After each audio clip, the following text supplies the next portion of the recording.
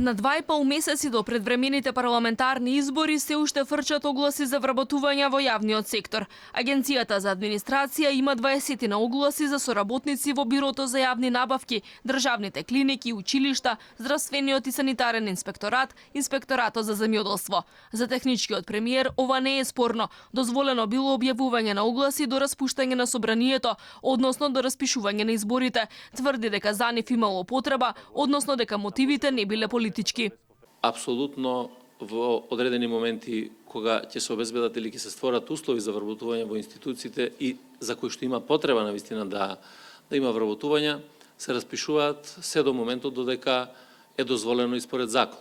Тоа нема никаков спор во однос на ова, ниту пак има некакво зголемување на бројот на конкурси или на лица кои што се вработуваат во овој момент. И додека опозицијата обвинува дека новите огласи за вработување се предизборен подкуп, а синдикатите сметаат дека со префрлањето на службеници од јавниот во приватниот сектор ќе се врши партиска чистка на кадри во администрацијата, голем дел од работниците едва врзуваат крај со крај. Европската статистичка агенција Евростат пресмета дека секое трето семејство во земјава или 209.000 домаќинства не може да ги платат сметките за вода, струја и греење. Вице-премиерката Царовска не негира дека ова е точен податок. Вели владата се трудела да им помогне на најзагрозените, но и да ја намали сиромаштијата кај вработените.